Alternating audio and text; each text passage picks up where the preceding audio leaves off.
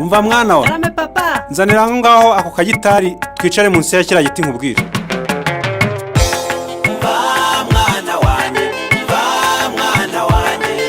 igiti ntugamye munagiteye kera ngaho komera tera icyawe ejo cyangwa ejo uzikinga akazuba umva kandi mwana wanjye umva mwana wanjye igiti ducana nagiteye kera ngaho komera tera icyawe ejo cyangwa ejo uzabona icyo gucana.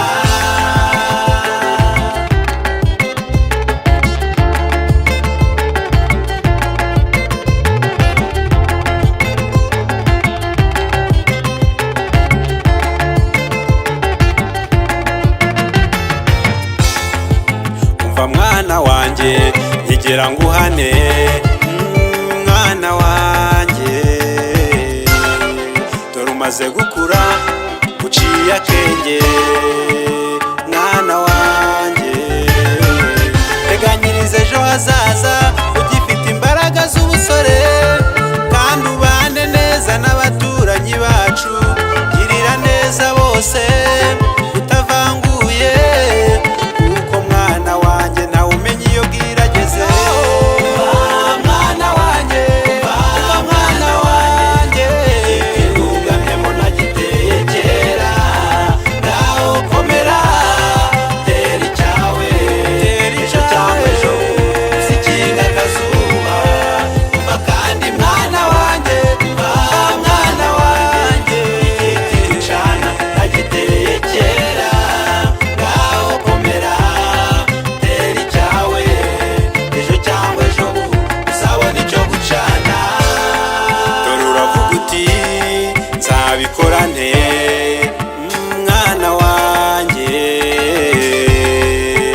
icya mbere ukunda Imana icya kabiri ukunda abantu uzinduke kare ujye ku murimo ukore cyane abantu bakubahe girira neza bose utavanguye kuko mwana wanjye nawe umenye iyo bwirageze. Mwana wanjye mwana wanjye ntugamyemo nagiteye kera ngaho komera tera icyawe ejo cyangwa ejo uzikinga akazuba umva kandi mwana wanjye mwana wanjye ducana nagiteye kera ngaho komera tera icyawe ejo cyangwa ejo uzabona icyo gucana. Mwana wanjye uzaba umugabo umva mwana wanjye uzikinga akazuba uzagira inshuti nziza kubaho ni ukubana mwana wanjye uzabona icyo gucana. ukunda abantu bose ntawamenya uzikinga akazuba ejo ni ahacu kandi ni heza mwana wanjye uzabona icyo gucana.